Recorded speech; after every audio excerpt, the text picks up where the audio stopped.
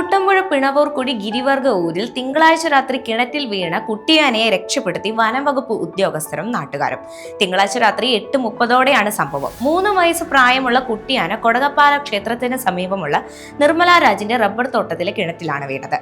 ആനക്കൂട്ടത്തിനൊപ്പം എത്തിയതായിരുന്നു കുട്ടിയാന.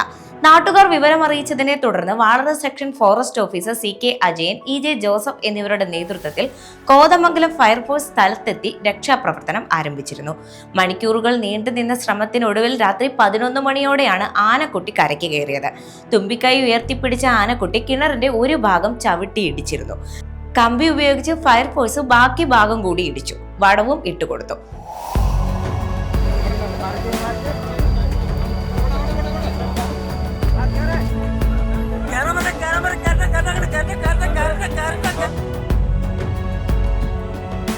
ഒടുവിൽ കരപറ്റിയ ആനക്കുട്ടി സമീപത്ത് നിലയുറപ്പിച്ചിരുന്ന ആനക്കൂട്ടത്തിനൊപ്പം വനത്തിലേക്ക് ഓടിപ്പോവുകയും ചെയ്തു. കോതമംഗലം അഗ്നിരക്ഷാ നിലയം assistant station officer M Anilkumar, senior fire officer PM Rasheed, fire ഓഫീസർമാരായ OA Abid, OG Rakesh Kumar, Adina, Sreejith, home guard KU Sudheesh എന്നിവരാണ് ദൗത്യത്തിൽ പങ്കെടുത്തത്.